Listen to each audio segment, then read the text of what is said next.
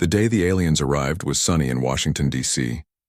Commander Eric Mitchell stood by the window in the Pentagon, watching the enormous silver ship hover silently above the National Mall. 6 weeks had passed since the first contact message came through, and the world had barely begun to adjust to the reality of alien life. "They're early," said Dr. Olivia Warren, not looking up from her tablet. The xenolinguist had barely slept in the past month, refining the translation system that would allow humans to speak with the visitors. "Punctuality might be their thing," Eric replied. He straightened his Navy uniform and checked his reflection in the glass. At 42, his brown hair showed streaks of gray at the temples. The president had chosen him to lead the first official, diplomatic mission because of his calm demeanor and extensive experience in international relations. The door opened, and General Peterson stepped in. "They're ready for us. The alien representative has landed in a smaller craft. Names unpronounceable, but they're calling themselves Ambassador Zuckertix for our benefit." Eric nodded. "Dr. Warren, are you ready?" Olivia tucked a strand of blonde hair behind her ear and pocketed her device. "As ready as I'll ever be. The system should work, but alien language structure is unpredictable." The meeting room buzzed with tension. Secret Service agents lined the walls while scientists and military personnel sat around a large oval table. At the far end sat the alien. Ambassador Zuckertix resembled a tall, slender humanoid with blue-tinted skin that shimmered under the lights. 4 eyes, too large and too small, blinked independently of each other. The creature wore something like a robe made of shifting metallic fabric. "Welcome to Earth," said the president, standing at the head of the table. Zuckertix raised a 6-fingered hand in greeting. When the alien spoke, the sound was like running water combined with bell tones. The translation device on the table hummed, then projected a human voice. "The Galactic Council sends greetings to humanity. We have observed your world for some time, and believe you are ready to join our community of 27 intelligent species." Eric studied the alien carefully. In the Navy, he'd learned to read people from different cultures. This was obviously much harder, but something in the ambassador's posture suggested caution. The meeting proceeded with explanations about the Council, an alliance of species spanning 3 spiral arms of the galaxy. They offered knowledge, trade, and protection in exchange for humanity's agreement to follow certain rules and protocols. "We would like to invite a human delegation to visit the Council hub," Zuckertix said. "There you can meet representatives of other worlds and learn our ways before deciding whether to join." "We'd be honored," the president replied. "Commander Mitchell will lead our delegation along with Dr. Warren and a small team of experts." The alien's 4 eyes focused on Eric. "The journey will take 3 of your weeks in our ship. We have, studied human biology and prepared appropriate accommodations. Just enough time for me to improve the translation system," Olivia said with a smile. Later that evening, a reception was held at the White House. The alien delegation had expanded to include 5 other species, each stranger than the last. One resembled a floating jellyfish. Another looked like a furry reptile walking on hind legs. Eric approached Zuckertix, who was observing the humans with obvious curiosity. "May I ask what prompted the Council to contact us now?" Eric said, accepting a glass of champagne from a passing waiter. The alien made a gesture with its long fingers. "Your species has reached a critical development stage. You have nuclear weapons, are beginning serious space exploration, and your communications fill local space. The Council prefers to invite promising species before they develop interstellar travel on their own." "Saves you from surprises, I guess," Eric said with a smile. "Precisely. The Council values stability and predictability." Eric offered a glass of champagne to the ambassador, who examined it curiously. "This contains alcohol, yes? A toxin that affects your nervous system? In small amounts, it's pleasurable," Eric explained. "Would you like to try it? Our scientists confirmed it's safe for your biology." The alien hesitated. "You regularly consume substances that alter your mental state? Voluntarily?" "It's a social tradition. What's the worst that could happen?" Eric said with a shrug. The translation device emitted a strange tone, and Zuckertix froze. The other aliens in the room turned toward them, Olivia, who had been chatting with the jellyfish-like alien, hurried over. Is everything all right? Did the translator malfunction?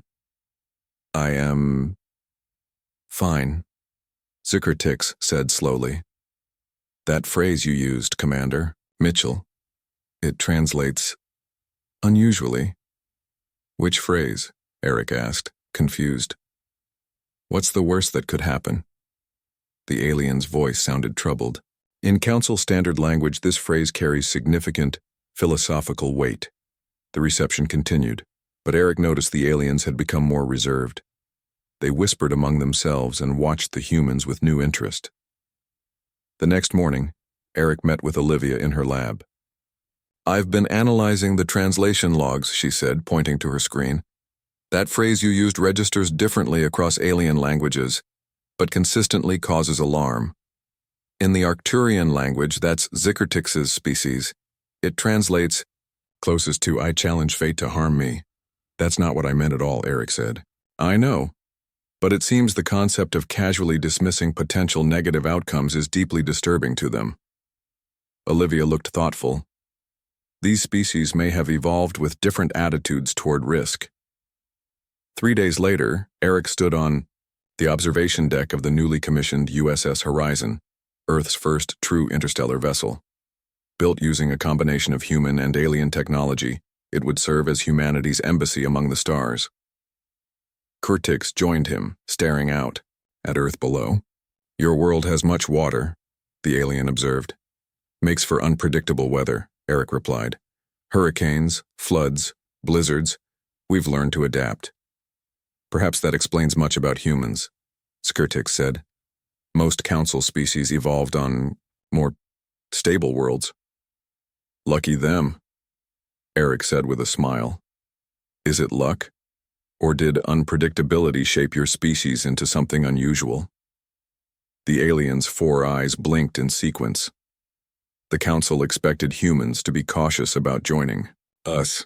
Instead, you eagerly accepted with minimal guarantees. Eric considered this. Staying home might be safer, but we'd never learn anything new. And that is why your phrase caused such concern, Zikertix said quietly. Most species ask, what good will come of this? You ask what's the worst that could happen, and then proceed regardless of the answer.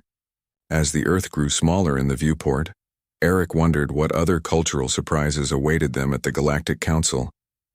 If a simple phrase could cause such confusion, how would aliens react to the full spectrum of human behavior? Commander, a crew member called from the doorway. We're ready to activate the alien drive system. Eric nodded. Let's see what's out there. The journey to the Galactic Council hub took exactly 3 weeks. Lieutenant Paul Reeves sat at the controls of the shuttle as it broke away from the USS Horizon. Through the viewport, he could see the massive structure that served as the center of galactic politics.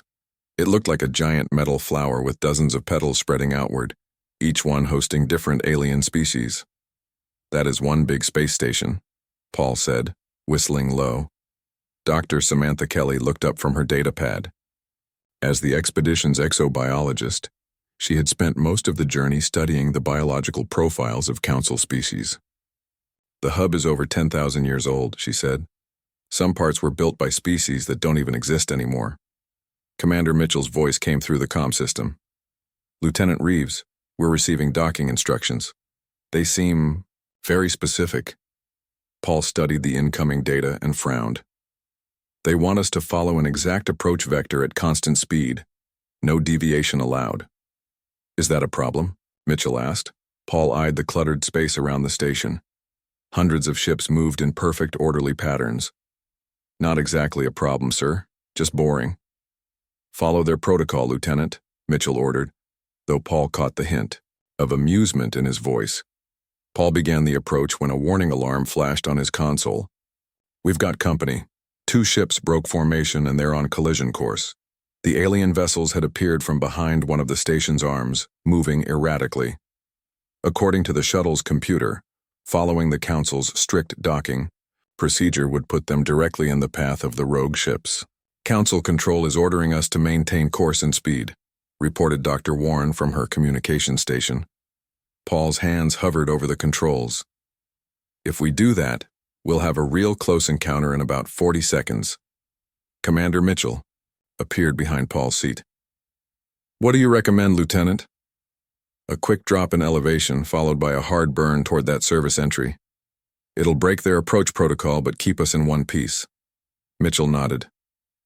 Do it. Paul's hands flew across the controls.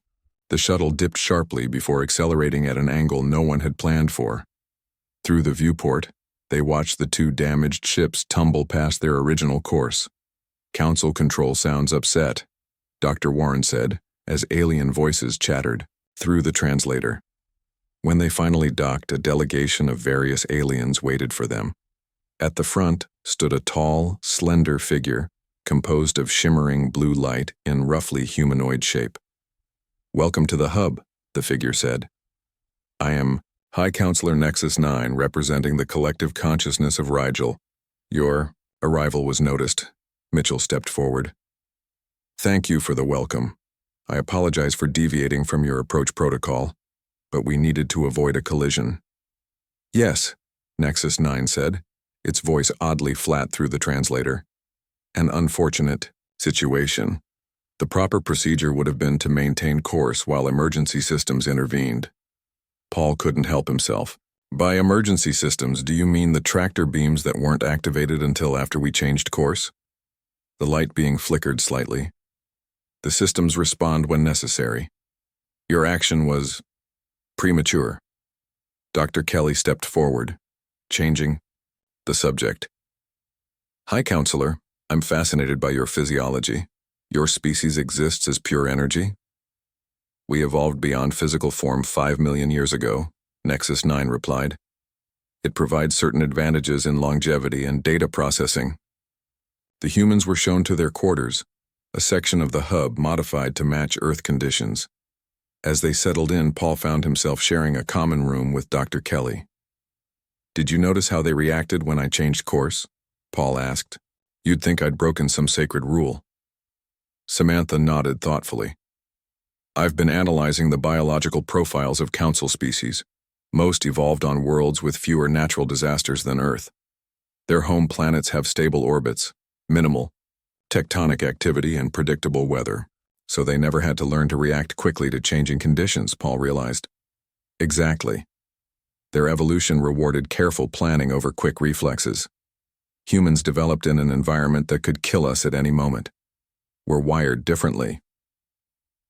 Next morning, the human delegation was invited to observe the council in session.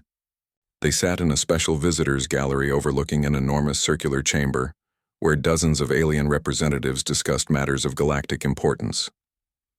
Dr. Warren leaned close to Commander Mitchell. They're debating whether to admit humans to full membership now or put us on probation first. Mitchell frowned. Probation? We came all this way to be tested? It's standard procedure for new species, explained Ambassador Zekratix, who had joined them. All newcomers undergo assessment. High Counselor Nexus 9 floated to the center of the chamber. The human question requires careful consideration. Their behavior already shows concerning patterns. During arrival, they abandoned safety protocols to pursue their own solution. Paul shifted uncomfortably in his seat. The Council proposes a series of assessments, Nexus 9 continued. Tests to evaluate human decision-making and risk management. Later that day, the human team gathered in their quarters to discuss this. Development. Tests? Paul said. Like what, a written exam? Simulations, Dr. Warren explained. They use advanced virtual reality to create scenarios that test how species respond to various challenges. Commander Mitchell looked thoughtful. So they want to see how we handle problems, fair enough. The first simulation took place the next day. Paul found himself in what appeared to be a ship's control room with Commander Mitchell and Dr. Kelly. The scenario involved navigating an asteroid field while conserving fuel. The Council observers watched as the humans immediately began discussing multiple approaches rather than following the single recommended path provided by the simulation. If we boost around that large asteroid, we can use its gravity to slingshot past the dense section, Paul suggested. But that puts us dangerously close to its surface, Dr. Kelly pointed out. What's the worst that could happen? Paul said with a grin. We just need to time it perfectly. The council observers shifted nervously at the phrase. As the simulations continued over several days, a pattern emerged. The humans consistently chose approaches that the council considered high risk, but potentially higher reward. They improvised, adapted, and sometimes completely ignored the suggested methods. After the final test, High Counselor Nexus 9 called for an emergency session of the council. The human approach to problem solving is disturbing.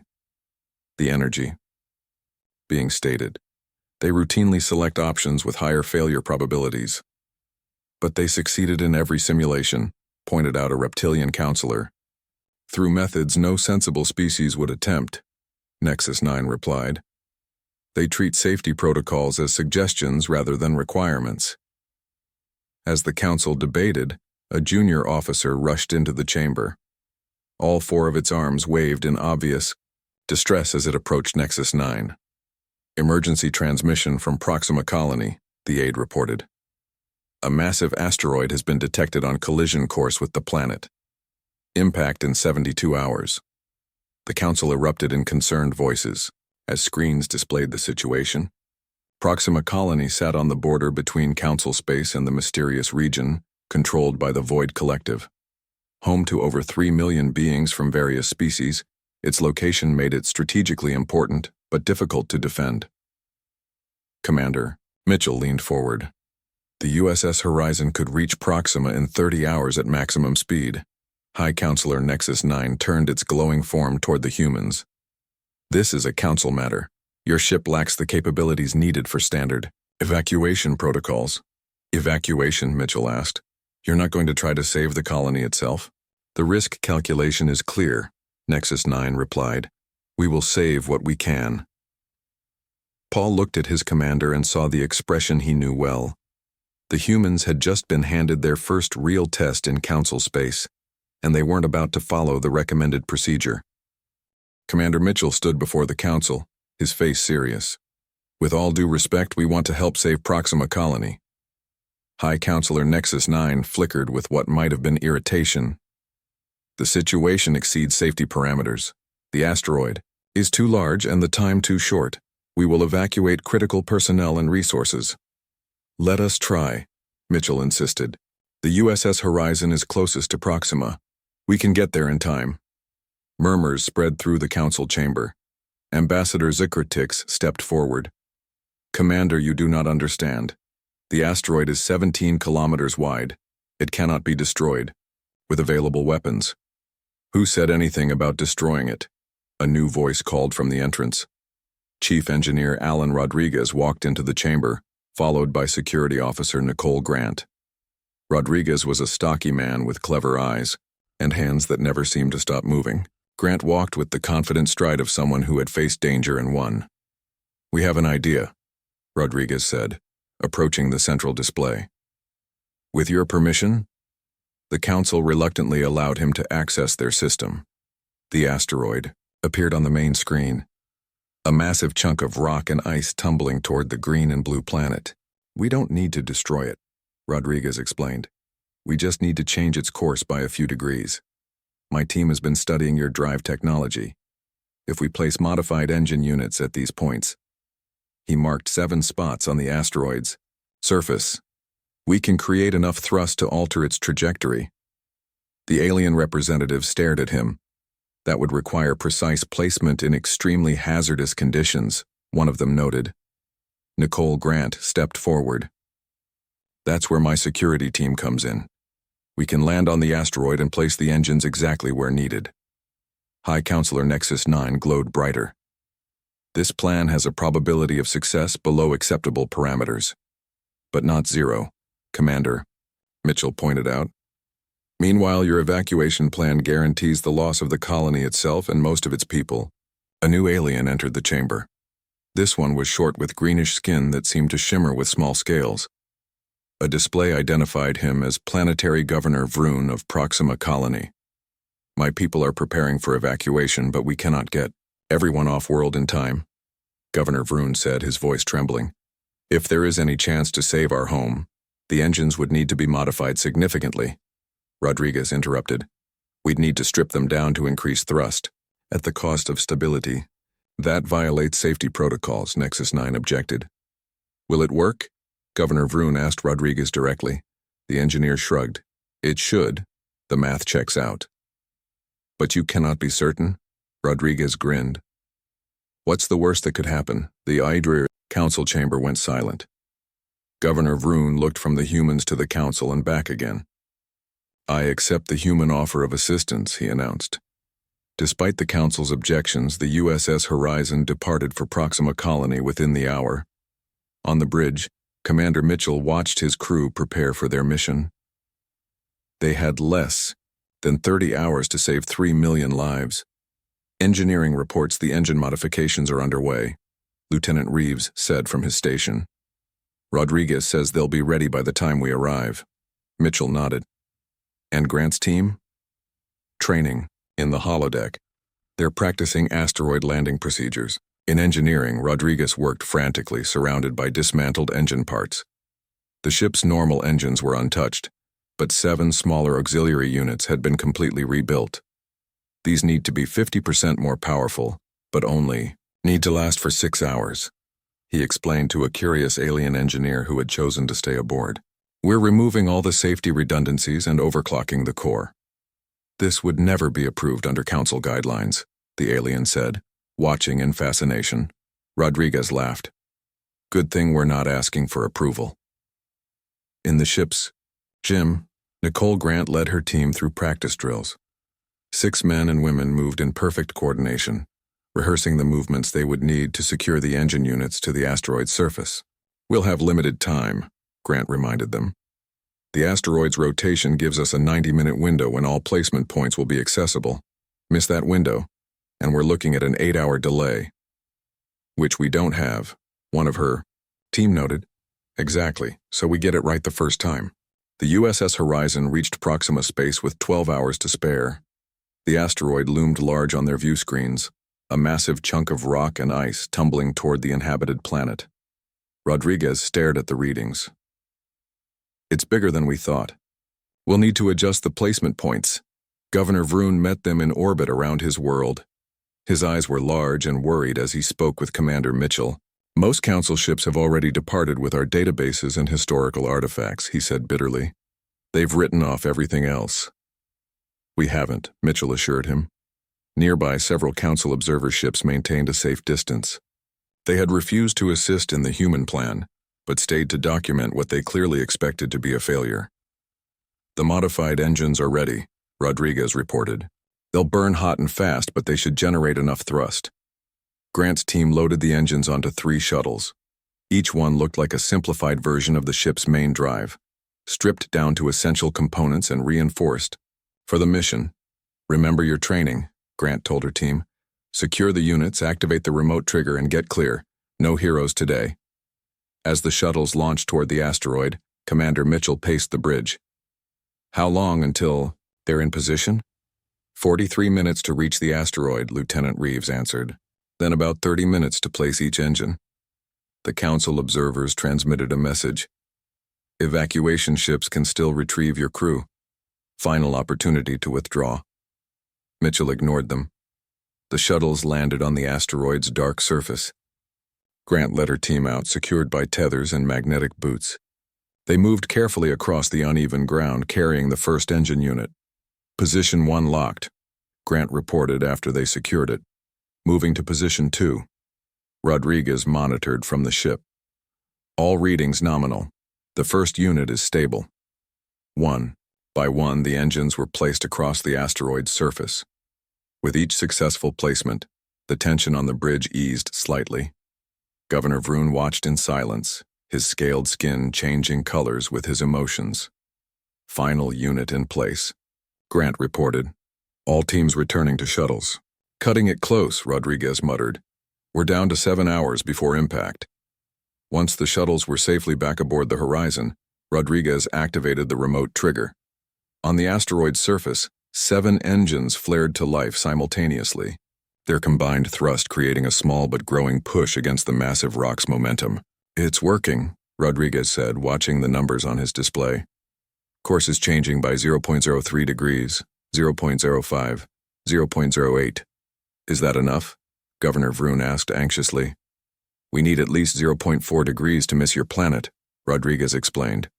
At this rate, we'll get there with 2 hours to spare. The entire bridge crew held their breath as they watched the asteroid's trajectory slowly shift. The Council observer ships moved closer, their sensors obviously focused on the unprecedented attempt. After 4 tense hours, Rodriguez let out a whoop of triumph. 0.41 degrees! It's going to miss! The asteroid's new course would take it safely, past Proxima Colony, missing by a margin of just over 10,000 kilometers. Close enough to see in the daytime sky, but no longer a threat. Governor Vroon's scales turned bright blue with emotion. You have saved my world with methods the Council deemed impossible. The first transmission from the Council ships came through moments later. Not congratulations, but concern. The engines utilized in this operation violated 17 safety protocols. This incident will require full review. Commander Mitchell shook his head with a small smile.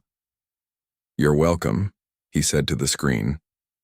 The danger passed and celebrations began on the planet below. Mitchell couldn't help but wonder what the Council would make of this. Humans had just demonstrated that their approach to problems, their willingness to take calculated risks, could achieve what the cautious Council had deemed impossible. And somewhere out in space, unknown to them all, other eyes had been watching. Eyes that found this display of human ingenuity very interesting indeed. News of the Proxima Colony rescue spread quickly across Council space. The USS Horizon returned to the hub amid a mixture of celebration and concern. Many Council species praised the humans for saving millions of lives, while others worried about the precedent set by ignoring established protocols. Commander Mitchell stood before the Council once more, this time with his entire team beside him. Your actions were successful. High Counselor Nexus 9 acknowledged its glowing form pulsing slowly. But they were reckless. The modified engines could have exploded. Your team could have been lost on the asteroid's surface. The course correction could have been miscalculated. But none of those things happened, Mitchell pointed out. We assessed the risks and determined they were acceptable given the alternative. Before the debate could continue, a junior Council aide rushed into the chamber. The small four-armed alien bowed nervously before speaking. Urgent message from Earth Defense Command, it announced. An unknown vessel has entered the Sol system and is approaching Earth. Mitchell exchanged worried glances with his team. We need to return immediately. The vessel does not match any Council design, the aide continued. Initial scans suggest void collective origin. A ripple of alarm spread through the chamber. Several Council members actually backed away, as if the mere mention of the void collective presented danger. Who are they? Mitchell demanded. We've heard references, but no explanations. Ambassador Zakartik stepped forward. The Void Collective exists beyond the Council's borders. They reject our values of caution and stability. They expand aggressively, taking what they want from less advanced worlds. And you've never stopped them? Lieutenant Reeves asked. The risk of open conflict was deemed unacceptable, High Counselor Nexus 9 stated. We maintain defensive postures along our borders. Mitchell's face hardened. While we talk, my homeworld is being approached by potentially hostile aliens. We're leaving now. The USS Horizon departed at maximum speed, leaving the Council still, debating their response. During the journey home, Mitchell received updates from Earth. The mysterious ship had established orbit and requested communication with human leaders. Captain Lisa Chen commanded Earth's primary orbital defense platform. From her position in high orbit, she had the best view of the visitor. The alien vessel was unlike anything humans had seen before, a dark, angular shape that seemed to absorb light rather than reflect it. Its surface shifted and rippled as, if alive. No response to standard greeting protocols, her communications officer reported. Keep trying all frequencies, Lisa ordered, and maintain defensive readiness. In his laboratory beneath the Rocky Mountains, Dr. William Hayes studied the sensor readings with growing concern. As Earth's leading physicist on exotic energy, He recognized patterns in the alien ship's emissions. "These power readings are off the charts," he told his team. "Whatever technology they're using, it's far beyond what the Council shared with us." The alien vessel finally responded after 23 hours in orbit. A beam of dark energy connected with Earth's communications array, and a figure appeared on screens worldwide. The being called itself the Void Emissary. It resembled a human in basic shape, but its skin was black as space with tiny points of light moving beneath the surface, like stars in a living galaxy. When it spoke, its voice resonated with strange harmonics. "Humans of Earth," it said, "your actions at Proxima Colony have drawn our attention. The Galactic Council fears you. We do not. We offer alliance." World leaders gathered to discuss this unexpected development. Captain Chen watched from her station as military forces around the planet went on high alert. "We know nothing about them," she warned the Emergency Council. "Their technology appears significantly advanced even compared to Council standards." Dr. Hayes presented his findings. Their ship contains energy signatures consistent with weapons of planetary destruction. One vessel could potentially sterilize Earth's surface. The Void Emissary requested a face-to-face meeting on neutral ground, the lunar surface. Against the advice of many advisors, Earth's representatives agreed, with Captain Chen leading the security detail. They met in a temporary structure erected on the Sea of Tranquility. The emissary glided into the room, its starfield body swirling, with increased activity as it observed the humans. "Your species intrigues us," it said. "You take risks the Council cannot comprehend. You acted to save Proxima when the Council would have abandoned it." "We value life," Chen responded carefully. "All life. As do we," the emissary claimed. "But we understand that progress requires risk. The Council has stagnated, frozen by fear of change. They have watched our expansion for centuries, too paralyzed to act." Dr. Hayes studied his portable scanner. "Your ship's energy signatures match weapon systems." The emissary's form rippled. "We come prepared for any circumstance. The Council has likely warned you against us." "They mentioned you exist," Chen said. "Nothing more." "Because they fear to speak of us," the emissary replied. "We have taken 12 worlds from their control in the past century. We offered them the same choice we offer you. Join us or stand aside." The meeting continued for hours. The Void Collective offered advanced technology and protection in exchange for alliance against the stagnant Council. Their explanations were logical, their offers generous, but something about them troubled Chen deeply. When the Earth representatives returned home, they found the USS Horizon had arrived.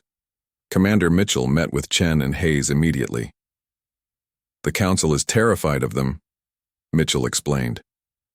"But they won't say exactly why." Hayes shared the sensor data he had gathered. "Their technology is at least a century beyond Council level. This single ship could destroy our entire planet." "What do they want from us?" Chen asked. "New perspectives," Mitchell suggested. "They seem almost obsessed with our approach to risk." The Void Emissary requested an answer within 3 Earth days. As the deadline approached, analysis of their ship revealed more disturbing details.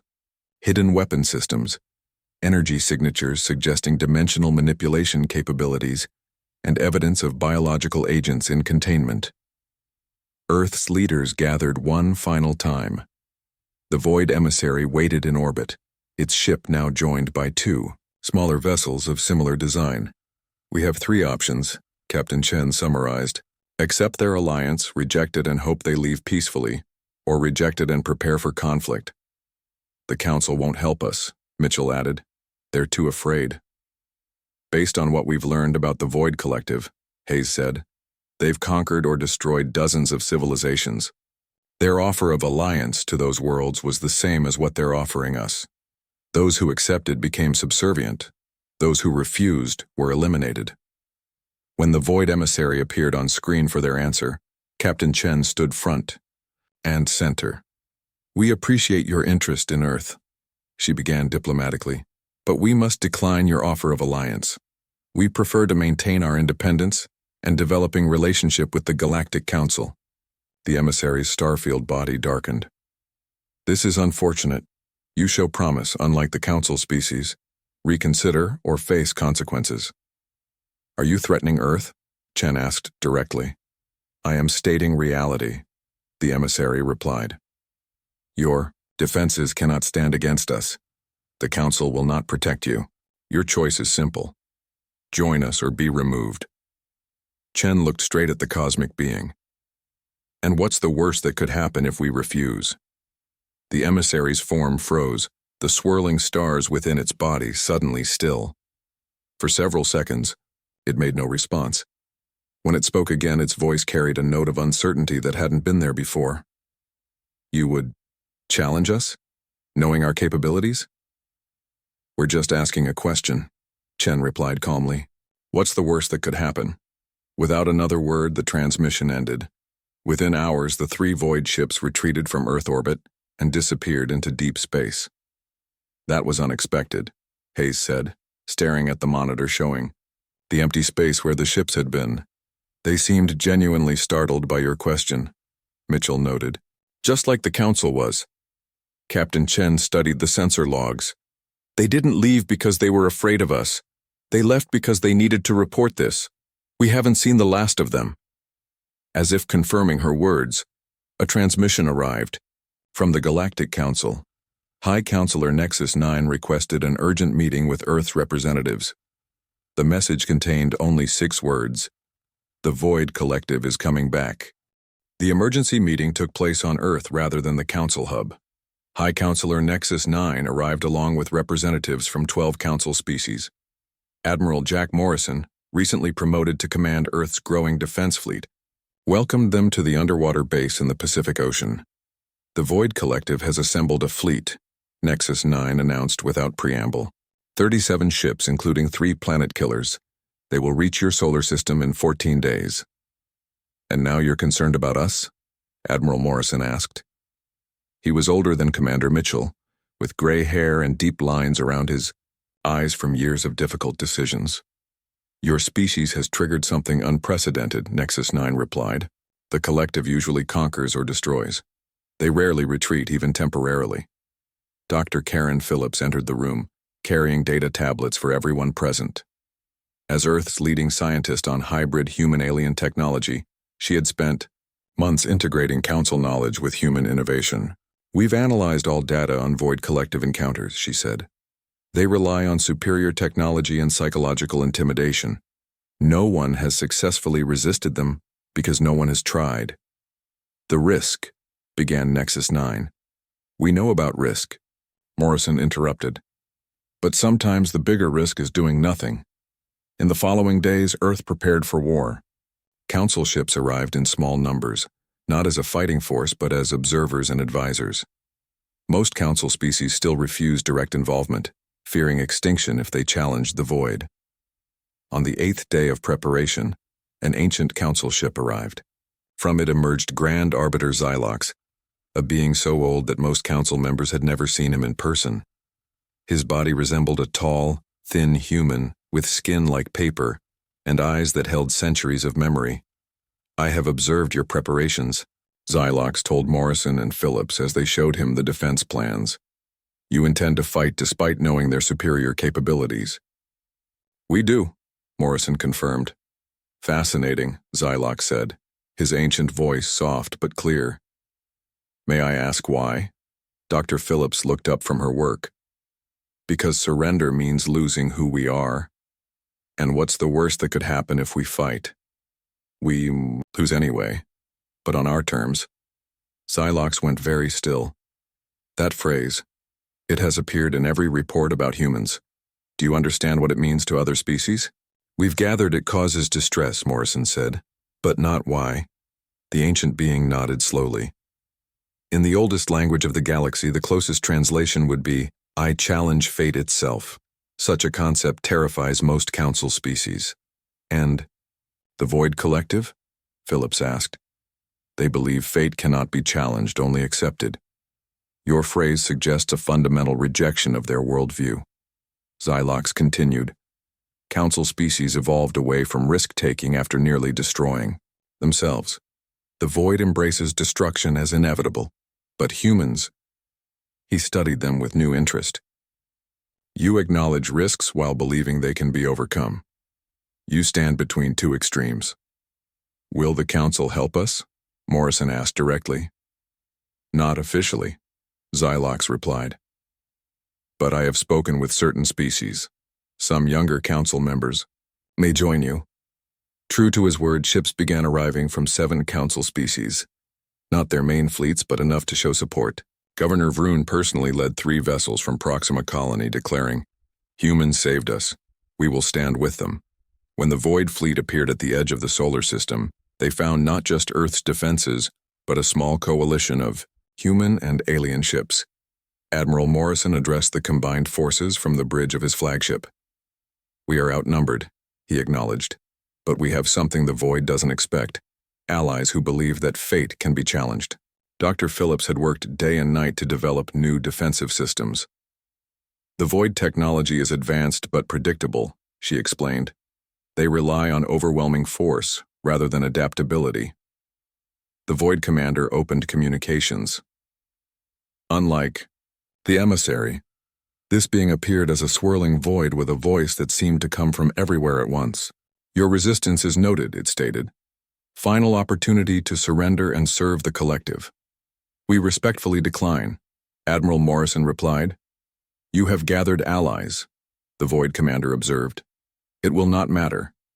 The Council fears us with reason. We have never been defeated." "First time for everything," Morrison said. "We'll take our chances." "You would risk extinction for pride?" "For freedom," Morrison corrected. "And what's the worst that could happen?" The Void ships attacked immediately, their formation perfectly symmetrical, and their tactics exactly as their previous encounters had shown. But humans had studied those patterns and prepared accordingly. Earth ships didn't meet them in traditional formation. Instead, they scattered in seemingly random patterns, drawing the disciplined Void fleet into disarray. The Council ships followed human commanders' orders, despite their discomfort with the chaotic approach. "They're trying to predict our movements," Morrison told his captains. "So to what they would never expect." Human pilots executed maneuvers that even their allies considered suicidal, diving between Void ships, using their own destroyed vessels as cover, and setting traps that relied on split-second timing. Dr. Phillips monitored from the command center. "Their systems are designed to counter logical responses," she noted. "They can't adapt to human unpredictability." For 3 days, the battle raged across the solar system. Earth suffered heavy losses, but the Void suffered worse. Their perfect formations broke down when faced with tactics their strategic algorithms couldn't process. On the 4th day, the Void commander requested communication again. "Your methods are incomprehensible," it stated. "You sacrifice ships to save others. You ignore optimal solutions in favor of high-risk alternatives." "We call it humanity," Morrison replied simply. "Your species cannot win. Our technology remains superior." "Maybe," Morrison acknowledged. "But we've already achieved something you thought impossible. We've bloodied your nose, and we'll keep fighting." The Void forces retreated beyond Neptune to regroup. In that brief pause, Grand Arbiter Xylox contacted the Void commander directly, negotiating terms that had seemed impossible days earlier. When the fighting ended, the solar system remained free. The Void Collective withdrew, agreeing to respect the territory of Earth and its allies. For the first time in their long history of expansion, they had been fought to a standstill. In the aftermath, the Council underwent changes as well. Younger species, inspired by humanity's stand, pushed for reforms.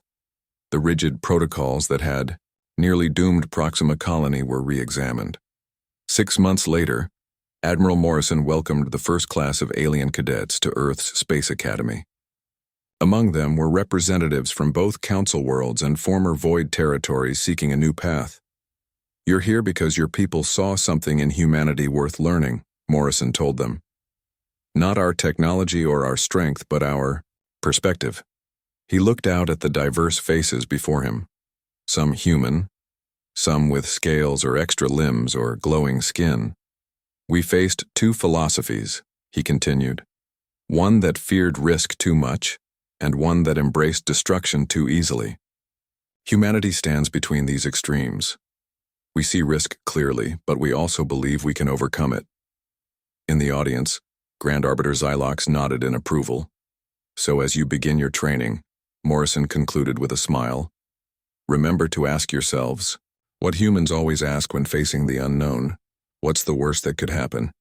The alien cadets shifted nervously at the phrase, but then, one by one, they began to laugh. Throughout the galaxy, the phrase became a diplomatic code indicating human involvement. Other species still wouldn't say it themselves, but when they heard humans ask, what's the worst that could happen? They no longer reacted with fear. Instead, they prepared themselves for something remarkable to follow.